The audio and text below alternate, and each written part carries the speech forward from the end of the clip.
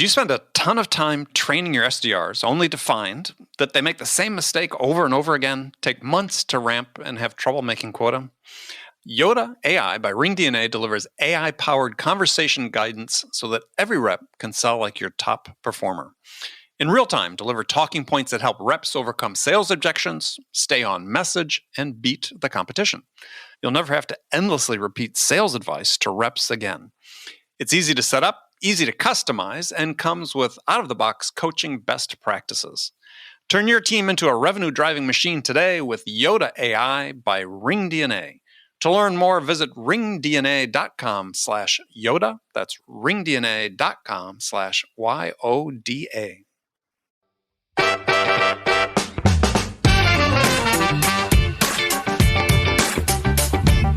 It's a very simple process, right? If we've actually helped them realize the potential of change, because that's the biggest component of the sales process that we need to help them through, they've got to be committed to change. You know, unless you're selling something transactional, that most of the time, even transactional, that most of the time they're buying change, they're buying the outcome, right? They're buying the future state. And they've got to be committed to change. They've got to be committed to get. This is why so many people drop off from gym memberships. I've done a lot of work in the fitness industry. The reason why they have a lot of attrition, right? They have a lot of churn because people aren't actually committed to the change that they want to achieve. And so no matter what you do, if they're not committed to it, they're just not going to achieve it. Hi, friends. Welcome to the Sales Enablement Podcast. I'm your host, Andy Paul. Now, that was Luigi Prestinenzi. He's the founder and head of growth at the Sales IQ Group out of Melbourne, Australia, as well as host of the Sales IQ podcast, of which I was honored to be a guest on as well. Now, in our conversation today, we talk about the essential mindsets for sellers. And I know that the topic of mindsets can make your eyes glaze over, but I think that's maybe because you don't fully understand what mindsets are and how important they are for sellers. I mean, think about mindsets as sort of the lens through which people filter and process how they experience the world. You know, it's not as often as salespeople think about it, I have a hustle mindset or a determination mindset. That's, I don't know, those are maybe attitudes. Mindsets are different. In this episode, Luigi and I dig into some of the critical mindsets for sellers, like a growth mindset, an open mindset, as well as a few others that perhaps you haven't really thought about before that could help you in your performance. So it's a great conversation. We get into mindsets and much, much more. But before we get to Luigi, I want to remind you to subscribe to this podcast wherever you listen to it. And if you'd also subscribe, we'd certainly appreciate it if you could also give us your feedback about how we're doing with a review. So thank you. All right, let's jump into it. Luigi, welcome to the show. Andy, I'm very excited. I think I said to you before we started recording, I've recorded that many podcasts, but for some reason today I'm nervous. Hey, you've come to the home of the best conversations in sales, so you got to bring your A game. Awesome. Well, I'm really excited to be on the podcast, Andy, and pumped. I've listened to you for such a long time. It's great to be on the other end. Yeah, well, I was just on your show. That was a great experience. So, as people maybe can guess from listening to it, you're in Australia, Melbourne to be precise. So, how are things going? I mean, you guys just sort of came out of an extended lockdown, like about 111 days or something. Yeah, something ridiculous. It's the longest in the world. A couple of weeks ago. So yeah, it was nearly 5-6 months, maybe longer. But harsh lockdown. So 5K, weren't allowed 5Ks away from our house, or a couple of miles. Only an hour a day. Some very, very strict limits. So it's great to have some form of normality back. Now, do you live in a house with like a backyard, so it's outdoor space, or are you in an apartment, or? No, I'm out in the burbs. So lots of space. That's one of the good things about living out here. Lots of space. So I made sure that during, I think transitions from that working from home is that I found myself working too many hours, Andy. So the breaking up the day and getting out for a run has been really, really important to keep mentally sort of, focused and making sure that I don't spend all my time on Zoom calls. Yeah, no, absolutely. Very important. Mm-hmm. So a question for you about Melbourne. That's always sort of fascinating. We didn't talk about the last time, but so Melbourne seems to have this obsession with like really tall apartment buildings. It's like who are they racing against? I remember the Eureka Tower was like the tallest residential tower in the world, and then now they've got one even taller they're opening. Yeah, it's bet to open. That's right. They've even beat the Eureka. I didn't think they could get bigger than the Eureka, but yeah, 100 stories. Can you imagine living on the 100th floor of a building? What if the elevators went out? I know you have to walk, but yeah, we've got an obsession with really really tall apartments, and they're really small. So Inside they're very small. Yeah, yeah, they're pretty small. Unless you're unless you got a lot of coin, and you can afford the big lofts. Yeah. Wow. Yeah, think about that. Living 100 floors up. I mean, I live in a high rise, but I'm like on 7th floor. Here in San Diego, in New York, we have one on the 10th floor, but it's like, yeah, I can't imagine being. I couldn't do it. I couldn't do it. Well, so I was curious about what the apartments looked like inside. So I was going online and looking for videos to see if anybody had one. They had this interview with this couple that were living with their young son in like the 75th floor of the Eureka Tower. And they said, yeah, a lot of our friends can't come up because they can't. Yeah, they've got vertigo. That's just too severe, even though there's no balcony or anything like that. Just being inside the building is too much for them. Yeah, it's pretty. And there's an actual, you can go to the top. It's called Eureka Sky Deck. And with the glass floor that goes out. Yeah, and it goes out. It goes out, I think, like 4 or 5 meters outside the building. No, thank you. And then it's got, and what they do, it's actually pretty cool. The glass goes from frosted glass to clear. And so while you're standing on it. Yeah, you're standing on it, and all of a sudden it makes this noise. You hear like a crack, and it makes this noise that it's about to crack, and then it just goes woof, and all of a sudden you're just standing on nothing. 88 floors in the sky. It's actually pretty full on. And I've done it a few times, and I did it with a couple of people from Austria, and I'll never forget. Like, she literally clinged onto the side. Yeah, she started freaking out. I would do the same. I mean, I'm okay at heights when I'm inside a building, but yeah, put me on something like that or like on a cliff edge or something. Yeah, I'm not happy at all. Oi, yeah, I probably would have screamed.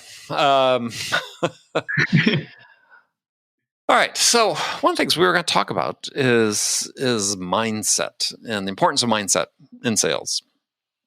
So let's start. Just define for me how what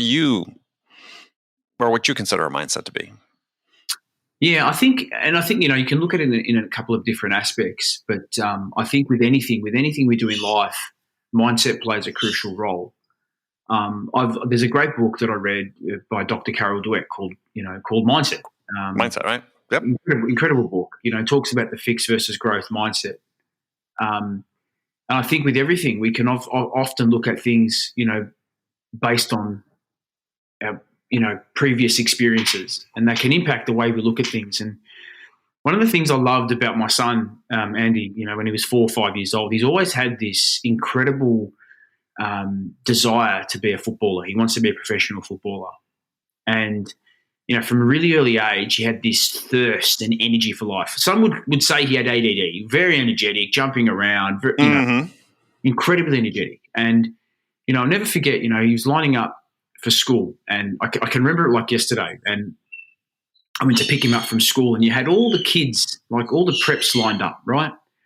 They were all looking great. That first day, fresh clothes. All the clothes were big. They were too big. The clothes were too big for them, right? But you could just see a genuine, thirst for learning. You could see a thirst for life, right? And, I'll never forget this, that, I spoke to a couple of his mates that he just met, and the conversation, and little boys, and what do you want to be when you're older? And I want to be a fireman, I want to be an astronaut. And my son, I want to be a footballer. He was absolutely paramount that football was his motivation for life. And then the thing that I find mindset impacts people is as they get older, they get to that time in life that some go, well, I don't know what I want to be when I get older. It's not even about what I want to be when I get older, but they start to see things from a different perspective. Mm-hmm. And I think that happens a lot from my perspective, when I look at sales professionals. Often happens with salespeople. They try something once, or they've done something before, it hasn't worked, and all of a sudden they think, well, that doesn't work, I'm not going to try it again. And they can develop a fixed mindset. So, why do I use the example of of a child going to school, because I think if we all take that mentality of, everything that I'm going to do, I'm going to go in with a thirst for learning and a thirst for that anything's possible, regardless of the previous experiences that we had, our mindset will allow us to capture the full opportunity that's in front of us, right? Yeah. Yeah, and I think that's from my perspective. I think that's why mindset's so important, because it allows us to be the best we can be, or it can also hold us back. And I know in certain parts of my life, I've got a great mindset with some parts, and then other parts, my mindset's horrible. And then because I say it's horrible, and you know what, it's kind of like I'm feeding the fact that it's horrible, right? So that's one of the things I think that for me, mindset's just about the way in which we look at things, and our ability to look at things with an open and growth focus versus closed. Yeah. Well, I think there are multiple mindsets in sales. Personally, I mean, I think certainly a growth mindset is one, but I agree with you. I think important for people to understand that when academics and so on talk about mindset, it's like a lens to think about service, like a lens through which people filter and process how they experience certain aspects of the world. And one of the best things I'd read about it was to say, well, consider it like a mindset's like a spectrum, 180 degrees from one end to the other. And, you talk about growth and a fixed mindset. So a growth mindset is one in which people see people and themselves, obviously, as being able to change and to learn, as you talked about, to acquire new skills, new talent, acquire new intelligence, get smarter. Yeah. And the fixed mindset serves the opposite, right? People aren't really able to change. And so you look at it on that spectrum, on one end is growth and on one end is fixed. And we're all sort of somewhere in the middle, right? We're all a mix, sort of like if you have maybe a faucet handle that, one direction's hot and the other direction's cold, and you like it just so. Yeah, you're adjusting the mix. And that's, I think with mindset, that's the thing for people really to keep in mind, is that very rarely all of one or all the other. Is you're some combination, and your goal oftentimes should be is, how do I change the mix? Yeah, absolutely. And how do I try to look at things from a certain perspective? How do I try to just change the way I might be looking at something? Because sometimes it's not, it's just the way that we look at things, and we can see it from a very, very different perspective, right? And we can achieve a different outcome. And I think that's what mindset's all about for me. It's just the way in which I look at things, and the way in which, because I know that when I look at something in a certain way, I'm able to achieve a certain outcome. Mm-hmm. Even if I don't achieve the outcome, there's always a positive that I can find from something, right? And so that's what I find that's really interesting about mindset. I find that it can be the best way to create something out of nothing, and it can also be, an incredible hindrance that stops us from moving forward, or that prevents us from getting the most out of something. Right. And I think from my perspective, Andy, having some health challenges when I was younger, it enabled me to see things from a very, very certain perspective, and allowed me to develop a really, really strong mindset for growth, and have a real hunger and thirst for learning. So what were those challenges? Yeah, so it's interesting. I haven't really shared this before on my own podcast, but I had cancer when I was younger. So I had Hodgkin's lymphoma, and I had a very tough period in my life where I received chemotherapy, radiotherapy, and it was actually a really challenging experience. How old were you? I was 20 years old. That's sort of the time that can happen for some men. Yeah, so I was. It was really interesting. I was 20 years old, and I found it very difficult. I found the process very difficult. I found there were some days where I had some very, very dark days. On the steroids, I couldn't sleep. I was steroids are the worst. Steroids are the worst. There was moments I was in hospital. I was in I couldn't eat. I couldn't drink. I couldn't hold anything down. So you were at university when this happened? No, I was actually working full time, and then the second. You're working? Yeah, and then I went to university as an older age student. Got it. Because I struggled at school. School was not my my most funnest experience. But then I did decide to go back to uni at 23, and then I went Right. back to uni at 23, and then 3 months into my Bachelor of Marketing, I actually had a semi-relapse. I was in remission, and then I had to leave uni to undercourse another process of treatment. And then it was the gods telling me that maybe university and school was not for me. And, which you already thought, but if we just need to confirm it, let's give Luigi cancer to run that lesson home.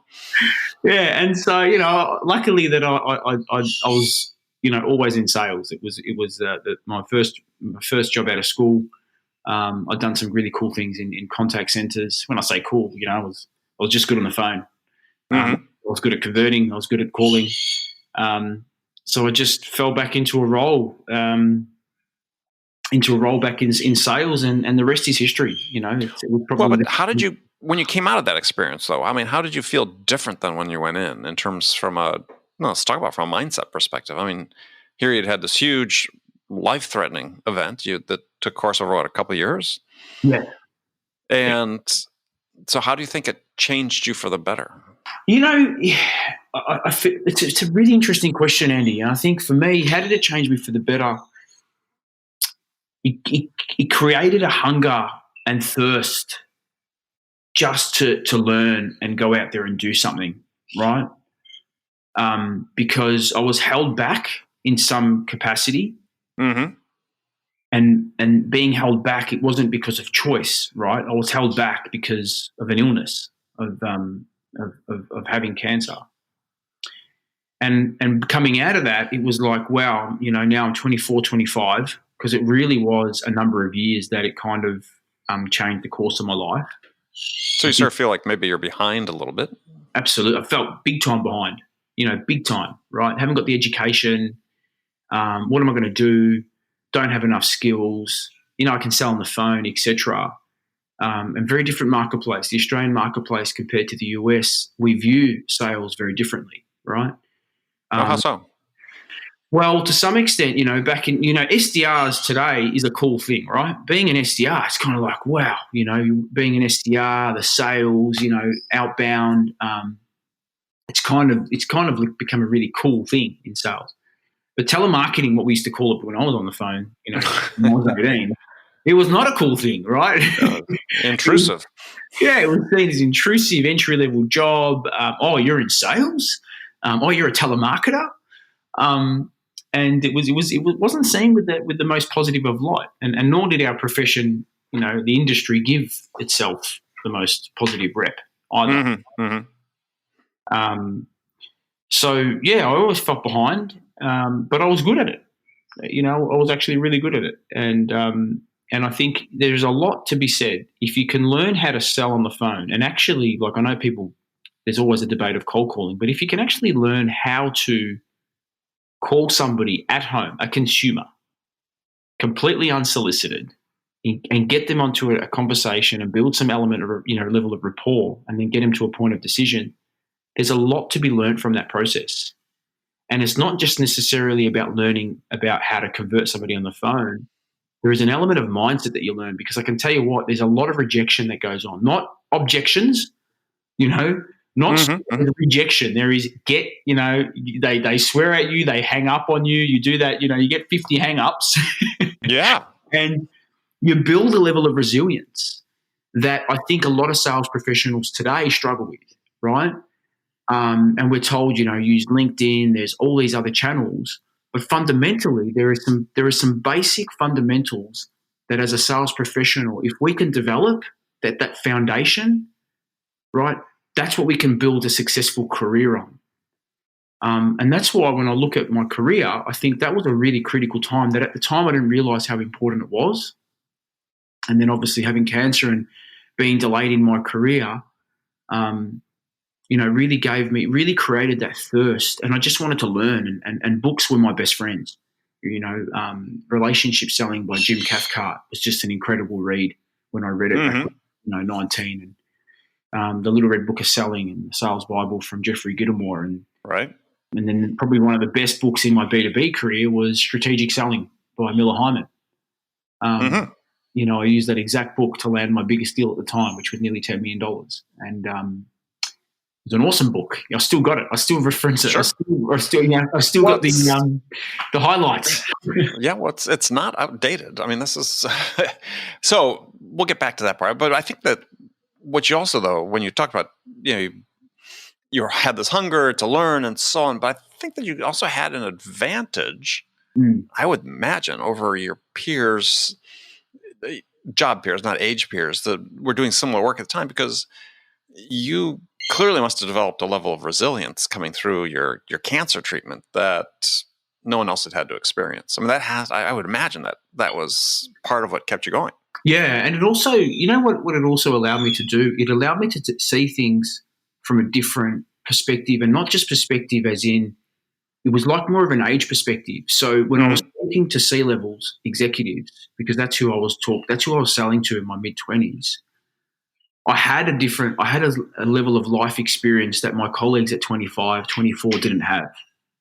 Yeah, for sure. And I was able to have deeper conversations with my customers and my clients and my prospects because I was seeing things from a completely different light, right? I had a young child. I'd already had I had cancer. I had some really challenging times. Like, I'm going to lay it bare. Money was tough, right? We were living week to week. If I didn't get my commission check, I was in a lot of trouble. And so, I was able to have some very deep conversations with my prospects, and it allowed me to build some incredible relationships. I was talking to people in their 40s that were 20 years my senior. Sure. I would think part of that, though, stemmed from the fact that having gone through what you went through is that, unlike other sort of relatively inexperienced sellers who worry about how the call is going and get nervous, I imagine you knew what was important, right? I mean, you knew in the grand scheme of things that having that conversation isn't a matter of life and death. You'd already had that situation. So I would think that maybe helped you. Yeah. It's being able to have that perspective that, I want to do well here, but if it doesn't happen, that's not the end of the world. Absolutely. I think that's a great thing. That's what I keep saying. Like, the greatest thing about selling is if one person doesn't buy today, there's another 1,000 people out there tomorrow that you can talk to, right? So it's not like, and that's the abundance mindset. And sometimes I struggle with that too. I think, of late this year, I've really been challenged mentally by everything that's been going on. But one thing that hasn't challenged me is the law of abundance when it comes to sales. Like, right. There is just, and the greatest thing about the world right now is there's such a massive market that we never were able to tap into, 20 years ago when I first started, 18 years ago. Is we have an unlimited amount of opportunities out there. So, the reality is success is not about my company or, what my company's doing from a marketing perspective. Success is all about, like, how open am I to go and attract the opportunities that are out there in the market? Exactly. They're out there, right? Like, there is literally the world of abundance at the moment. They've always been there. I early in my sales management career is I developed this, I call it the big world theory. And, I'd have a seller come to me. And at that time, I think I was managing a team of people that were selling overseas and as well. And, they complain, it's like, somebody didn't buy from them or this wasn't going well. And I'd say, let me tell you my big world theory. It's a big world out there. There's lots of other people who don't buy what we sell. Go find one. It's just like, it's always been that way. That's one of the beauties about sales, I think, is that, and this was at a time we were selling to the products we were selling. We figured we had maybe 300 prospects in the world for this satellite communications network we were selling. That's still a lot. Absolutely. It's still a lot. So, so that's abundance mindset. That is absolutely an essential part, I think, of sales. The growth mindset we talked about. I think that if you're in sales and you don't think that you have the ability to change your abilities or your skills, then sales is not for you. It's going to be very difficult for you. If you're a sales manager and you don't have a growth mindset, if you don't think that the people that work for you have the ability to change, then you're going to treat them as such. Your feedback is not going to be very good. You're not going to be very effective as a coach because you sort of think to yourself, why bother? Absolutely. We also create, I think we can also create our own barriers. Like we can, by saying, we've tried this before, it hasn't worked, or you're right, like a sales manager, they don't like my coaching, or they're not open for X. We're putting it out there that that's going to happen. And I know some people might be rolling their eyes going, oh, here we go. But I think manifesting and what you actually say actually comes to reality. I coach a lot of inside salespeople, right? And a lot of them say, people don't answer the phone. I'm like, well, you're kind of creating that barrier for you. If you're ringing someone with the anticipation that it's going to go to voicemail, expect it to go to voicemail, right? I've done kiosk sales before, right? So literally sitting in a kiosk in a shopping center is a very challenging sales process to execute. Sure. And you've got to have a mentality of that people want to talk to us, that we can impact people in a positive way. But if you look at it, I'm about to interrupt someone, then it could possibly you're going to set the expectation that that's what's going to happen.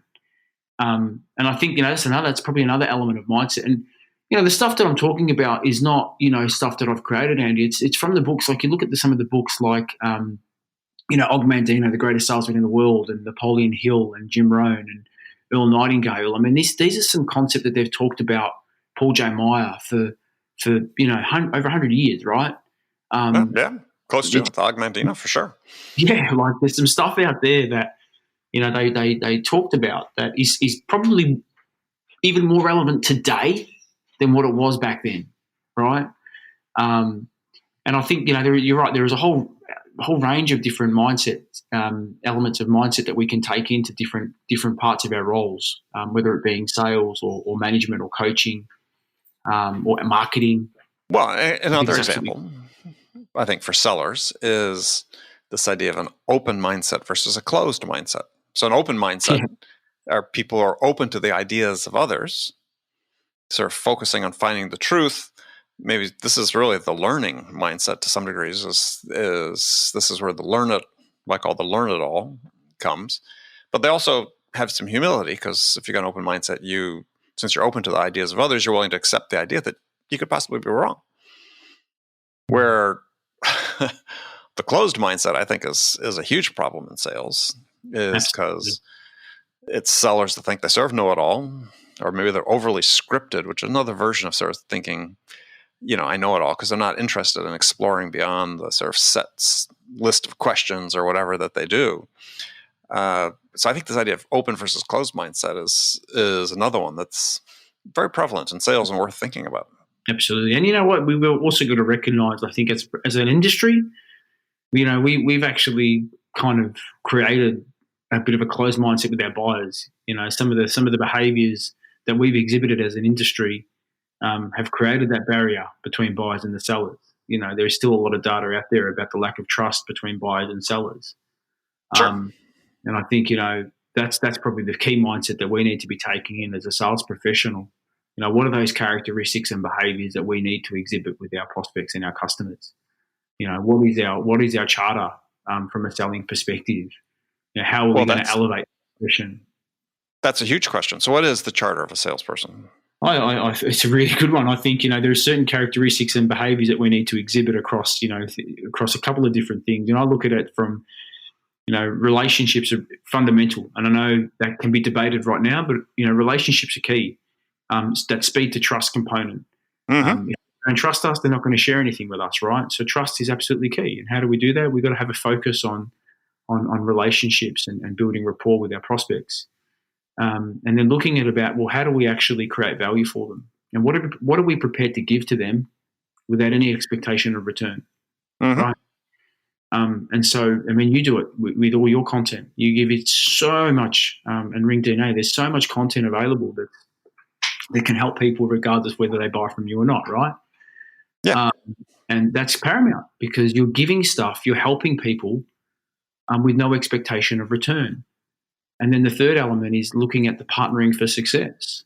So by truly partnering, like not making a sale, because a sale is a single transaction, but it's actually saying, I want to partner with you. I want to help my customers and my prospects be successful over a long period of time. And that might mean that, you know what, we might be talking today and you might not buy from me for a long time, and it's okay, because ultimately, if timing's not right for you, no matter what I do, I can't force you to that point of decision. And if I try to do that, then I'm not helping you choose me, am I? And I think that's the type of mentality that charter. It's about going, my role is to help, my role is to guide, my role is to facilitate and help the prospect arrive at a certain decision point. Right. And I'm glad you came around to that point, because I'm very explicit about that, is I think that this is a huge problem, I believe, in terms of that we set sellers up for failure or for not succeeding to the level they can because they have the wrong perspective about what their job is. Mm-hmm. And you basically said it there, just your last sentence, which your job as a seller is to help your buyer make a purchase decision. Yeah, it's not to get an order. If you go out with the perspective that your motivation is just to get that order, we know it's there in the background. It never completely goes away. But you can help somebody and still have the agenda of wanting to win their business. I mean, Adam Grant in his book Give and Take talks about being a giver with an agenda. That's okay. But the thing that's driving you is, I want to help this customer make a purchase decision. Absolutely. And, sometimes the decision's not with you. Sometimes, we're not the right person to help the customer. Sure. And that's fine too. And that's okay, because you know what, the relationship that you'll build is going to be incredible anyway if you help them, regardless if they buy from you or not. And a lot of people think it's why we've got to remove the barrier of it's all about the order, because it's not. Because, if we can provide a great experience, if we can unlock an incredible buying experience for our buyers, regardless whether they buy from us or not, if they don't buy from us but they've had a great experience and we've helped them, we've educated them, we've helped them at a point that's going to improve their business, they've got contacts, they've got suppliers, they've got customers that I get some of the best referrals I get are from people that aren't my customers, that don't buy from me straight away, right? I think that, and to your point about, the great customer experiences, oftentimes sellers wait to ask for referrals until the system's been, whatever they sold's been installed and it's referenceable. It's like, no, I always ask as soon as I get the order. I sometimes ask you in the prospecting stage, right? Because they know at that point exactly what you're doing. And do you know anybody else that has similar requirements to you? Ton of leads that way over my career. Yeah, I mean, and as we know, getting referrals is the best type of lead, because it comes with an element of trust already, right? There's a level of trust because they're passing your information or somebody else's information to you. But again, that comes back to that focus on the role of a sales professional versus a salesperson, right? And there's a certain code of conduct. There's a certain element of respect and principles that we need to uphold. And I think if we can continue to focus on that, then we're going to give it the best shot to be the best we can be. But I also think what can sometimes drive the negative aspect of selling is when people have a lack of pipeline, then their mindset goes out the window, or not even, maybe probably the wrong term, goes out the window, but they then forget about the fact that to help people, they're only focused on achieving their objective. And you know what? I can feel their pain, right, Andy? Because if you're not getting target, right, if you're struggling to make sales, it can have a detrimental impact across other areas of your life, right? You might not be able to get that commission to pay for the kids' school fees or pay for your mortgage, whatever it could be. And so then it can be quite a challenging experience for them. And so, of course, they're going to focus on the outcome. But ultimately, when we change the way in which we approach our prospects and our customers, and we're focusing on our needs, we're not focusing on our customers' needs, and that might not deliver the best buying experience for them. No, not at all. Well, so here's another thing to the buying experience. I think that's a mindset. Again, knowing there's two ends of a mindset, is that, and I think this is sort of collectively we as an industry, as a profession, do a disservice to sellers, is we focus too much on persuasion instead of influence. We focus, persuasion is about getting people to change their minds.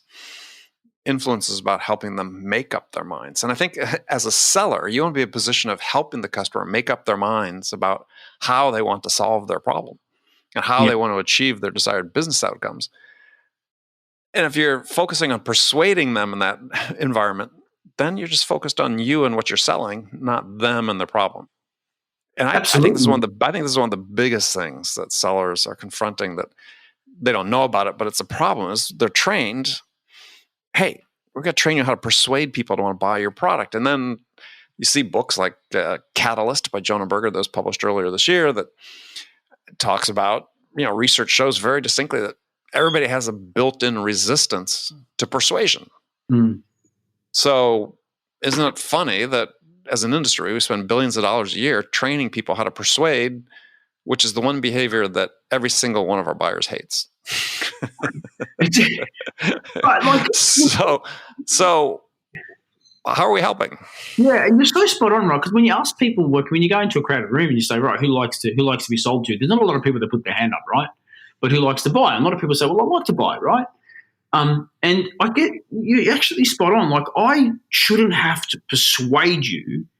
If I've done a really great job in asking some questions, it helps you crystallize your thinking as a buyer. Exactly. Go deeper. They've come to, they've moved beyond the obvious need. They've moved beyond the emerging. We've actually helped them uncover some unrecognized needs. So we're creating value even before they buy, right? Exactly. So they're going, this is great. And then we help them just to determine, well, what's the commercial benefit?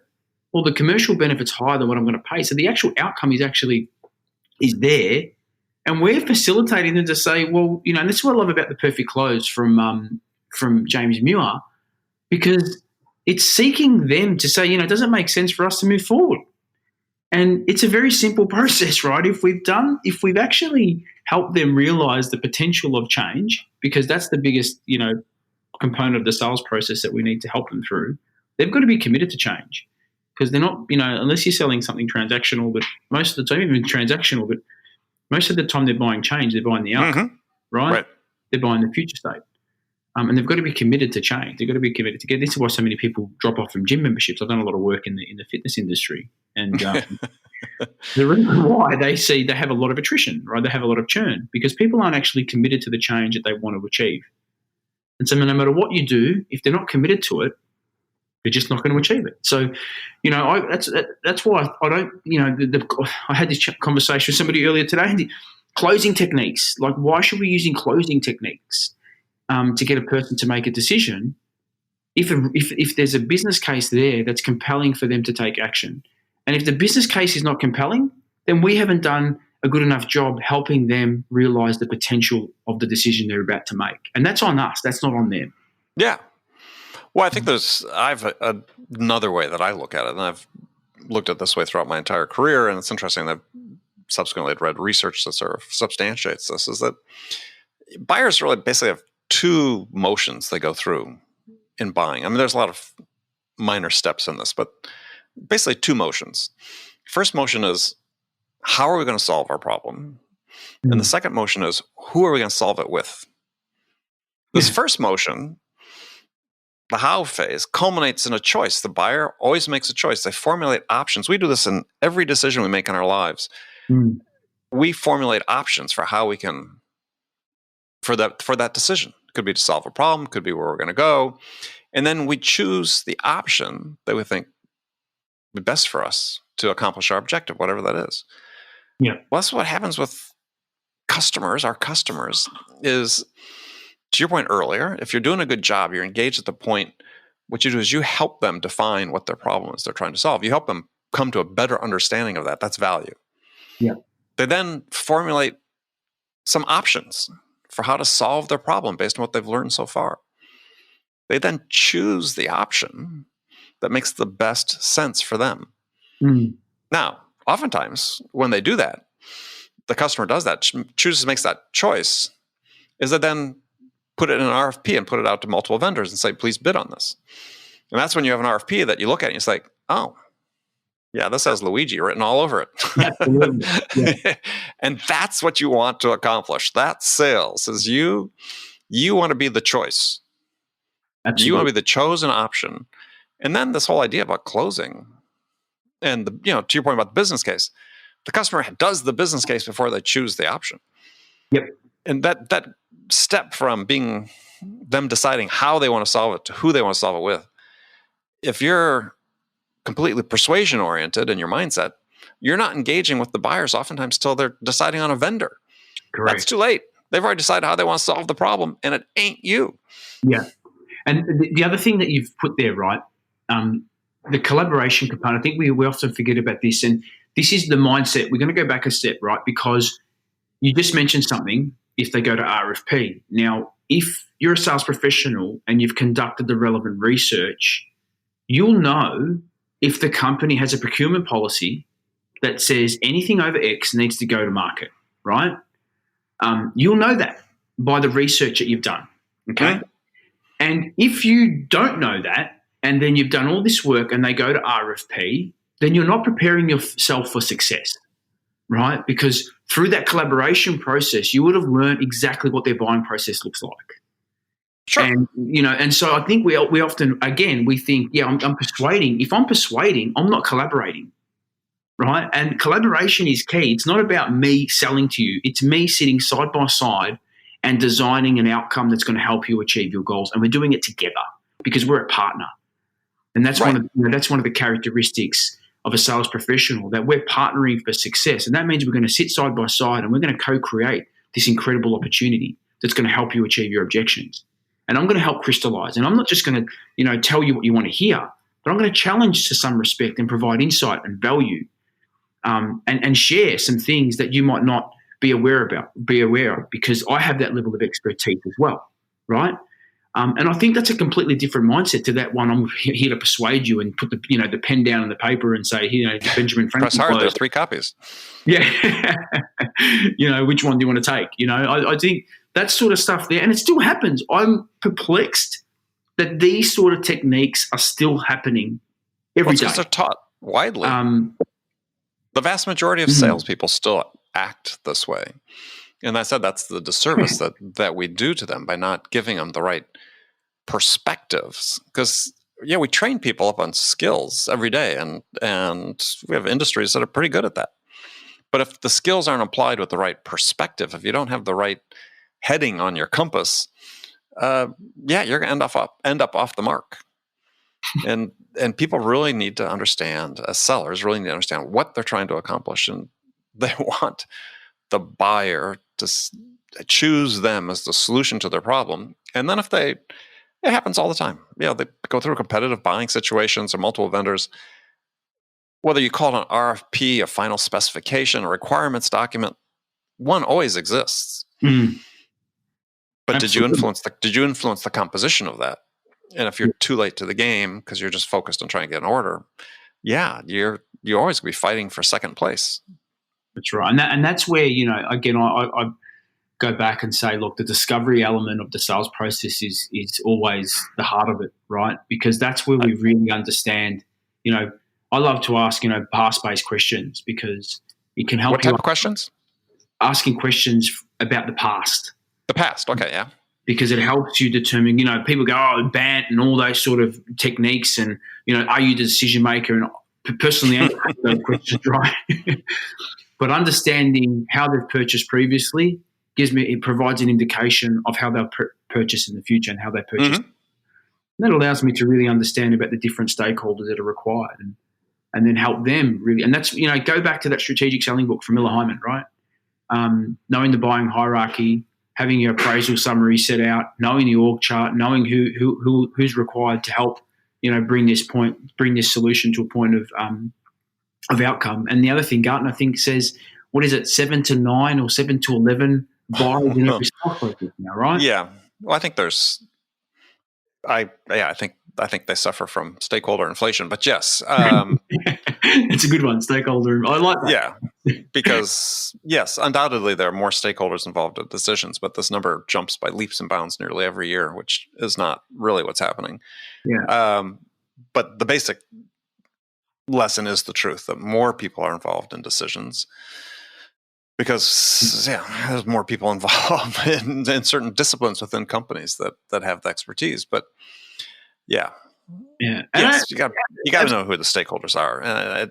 But I mean, here's a perfect example, though, again, of another one is, and I actually spoke at a summit yesterday about discovery, which is my favorite topic to talk about because it's so underutilized as an effective tool for establishing influence with the buyer. I mean, discovery is the best tool to do that. Absolutely. But again, another just issue about mindset and perspective is when you talk about the various stakeholders. So what are they thinking about? Most sellers, it's like, well, okay, we've got this persona that's been written about these various stakeholders. And so I'm going to ask this person these types of questions that, elicit sort of their answers about these types of concerns that typically have, which is all well and good. But I think this harkens back to something we talked about right at the beginning but the person you're talking to has something personal at stake. They have a business thing at stake. And so everybody looks at every decision from two perspectives, from what's it mean for the company or the enterprise or the team? What's it mean for me personally? Yeah, absolutely. And if you don't uncover that during discovery, and then you're trying to do as you talked about, is, how do you shepherd or mobilize the stakeholders in your direction?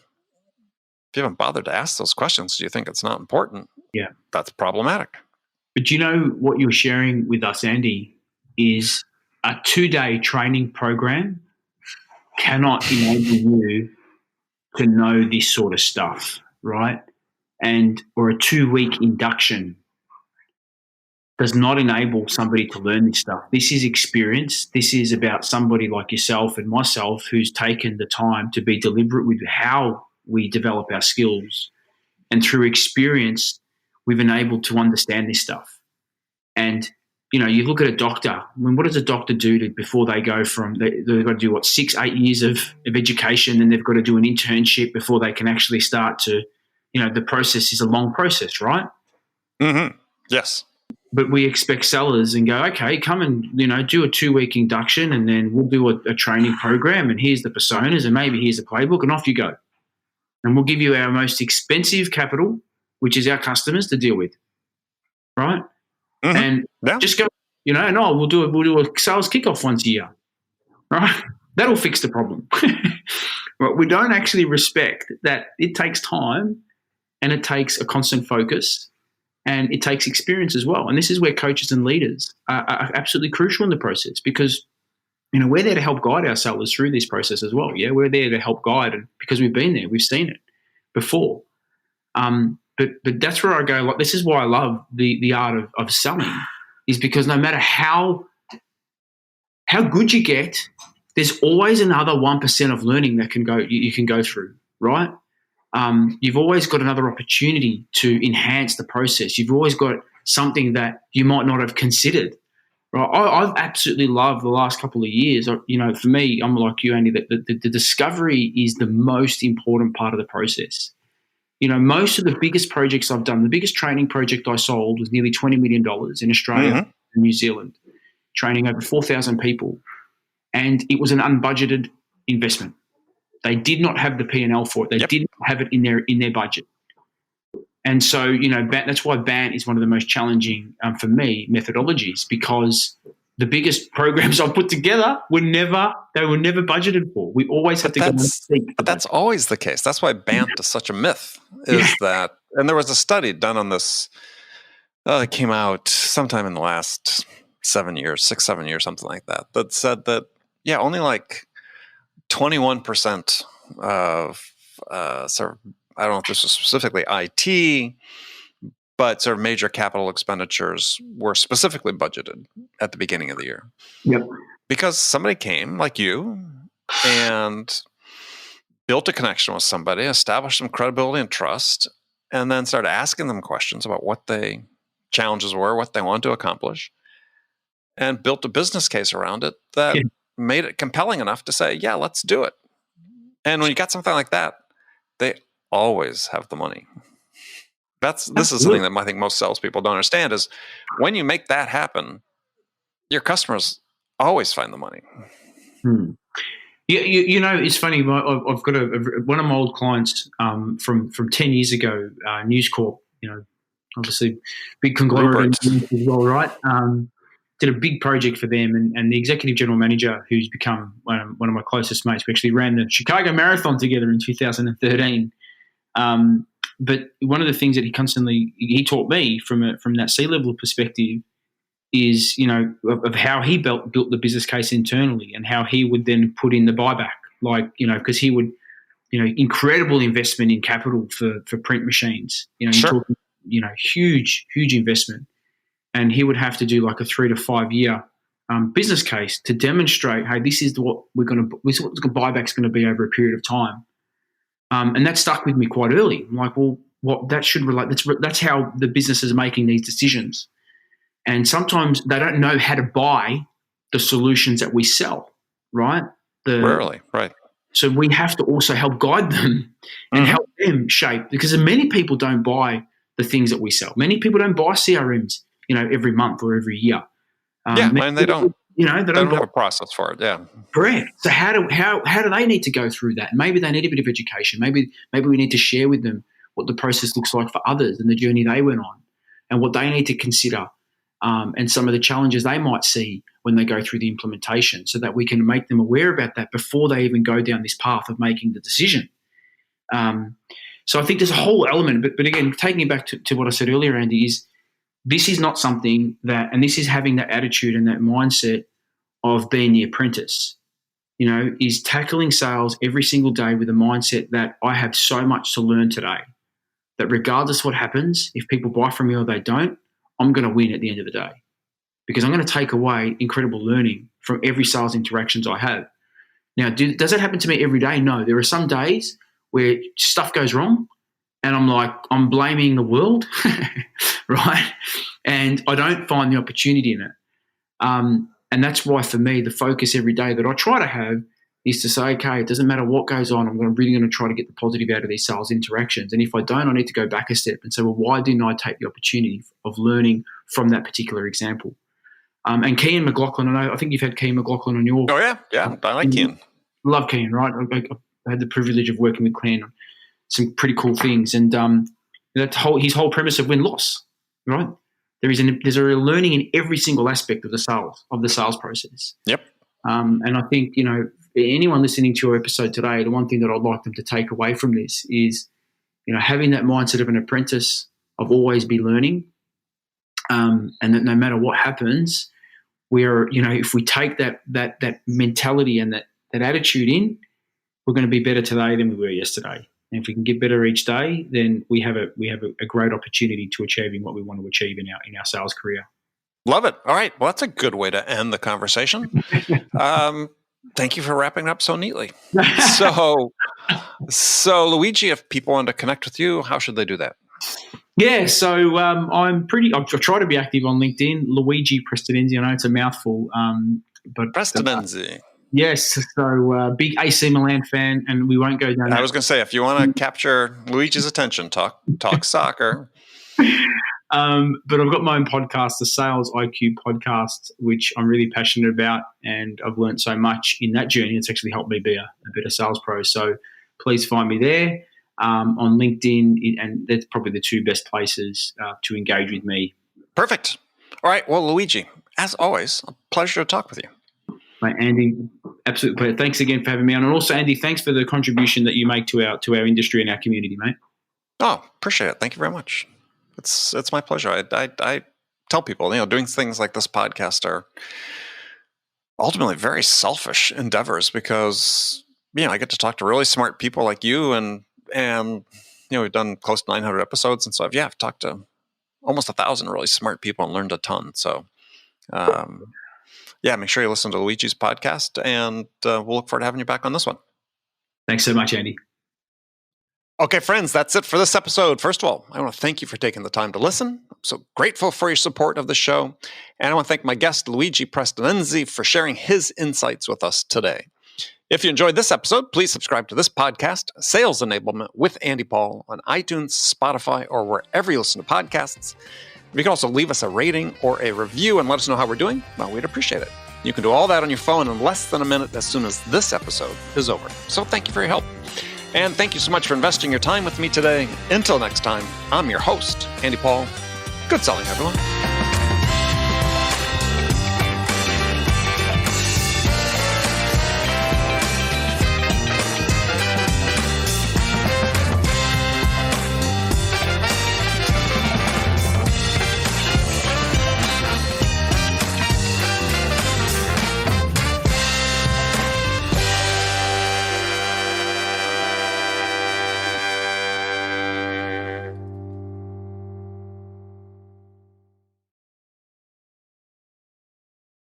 Ever wish you could coach like you've listened to every sales call without actually having to listen to every sales call?